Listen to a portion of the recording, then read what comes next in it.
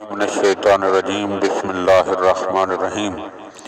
مولا کائنات حضرت امیر المومنین علی ابن ابی طالب علیہ السلام کے مجموعہ کلام نہج البلاغہ کے پہلے باب کے خطبہ نمبر 99 کا پہلا حصہ۔ یہ خطبہ اشباح کے نام سے مشہور ہے اور امیر المومنین علیہ السلام کے بلند پایہ خطبوں میں شمار ہوتا ہے۔ اس ایک سائل کے جواب میں ارشاد فرمایا تھا جس نے آپ سے سوال کیا تھا کہ آپ خلاق عالم کے صفات کو اس طرح بیان فرمائیں کہ ایسا معلوم ہو جیسے ہم اسے اپنی آنکھوں سے دیکھ رہے ہیں۔ اس پر حضرت علیہ السلام غضبناک ہو گئے اور فرمایا، مومنین اکرام، یہ خطبہ بڑا طویل ہے، لہذا اسے کئی حصوں میں آپ صاحبان کی خدمت میں پیش کیا جا رہا ہے۔ مولا فرماتے ہیں، تمام حمد اس اللہ کے لیے ہے جو فیض و عطا کے روکنے سے مالدار نہیں ہو جاتا اور جود و عطا سے کبھی عاجز و قاصر نہیں ہوتا، اس لیے کہ اس کے سوا ہر دینے والے کے یہاں داد و دہش سے کمی واقع ہوتی ہے اور ہاتھ روک لینے پر انہیں برا سمجھا جا سکتا ہے۔ وہ فائدہ بخش نعمتوں اور عطیوں کی فراوانیوں اور روزیوں کی تقسیم سے ممنون احسان بنانے والا ہے۔ ساری مخلوق اس کا کنبہ ہے، اس نے سب کے رزق کا ذمہ لیا ہے اور سب کی روزیاں مقرر کر رکھی ہیں۔ اس نے اپنے خواہش مندوں اور اپنی نعمت کے طلبگاروں کے لیے راہ کھول دی ہے۔ وہ دست طلب کے نہ بڑھنے پر بھی اتنا ہی کریم ہے جتنا طلب و سوال کا ہاتھ بڑھنے پر۔ وہ ایسا اول ہے کہ جس کے لیے کوئی قبل ہے ہی نہیں کہ کوئی شے اس سے پہلے ہو سکے، اور ایسا آخر ہے کہ جس کے بعد کوئی بعد ہے ہی نہیں تاکہ کوئی چیز اس کے بعد فرض کی جا سکے۔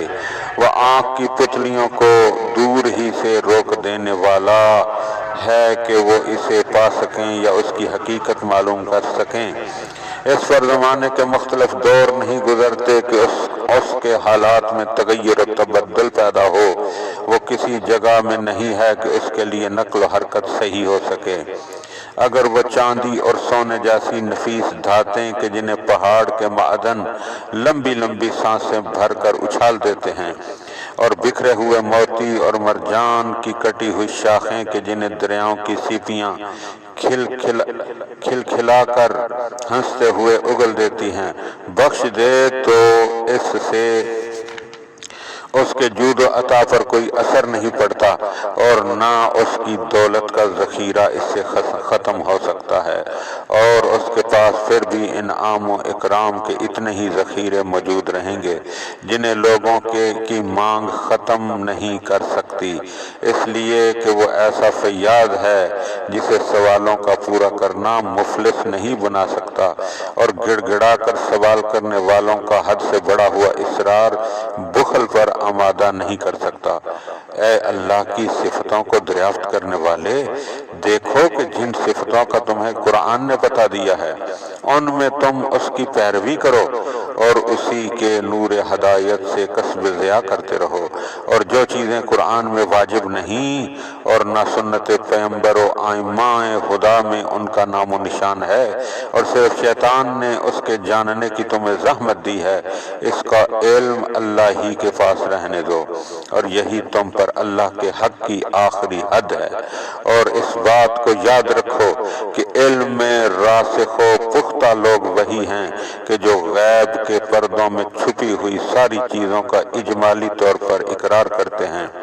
اور ان پر اعتقاد رکھتے ہیں، اگرچہ ان کی تفسیر و تفصیل نہیں جانتے، اور یہی اقرار انہیں غیب پر پڑے ہوئے پردوں میں درانہ گھسنے سے بے نیاز بنائے ہوئے ہے۔ اور اللہ نے اس بات پر ان کی مدح کی ہے کہ جو چیز ان کے احاطہ علم سے باہر ہوتی ہے اس کی رسائی سے اپنے عجز کا اعتراف کر لیتے ہیں،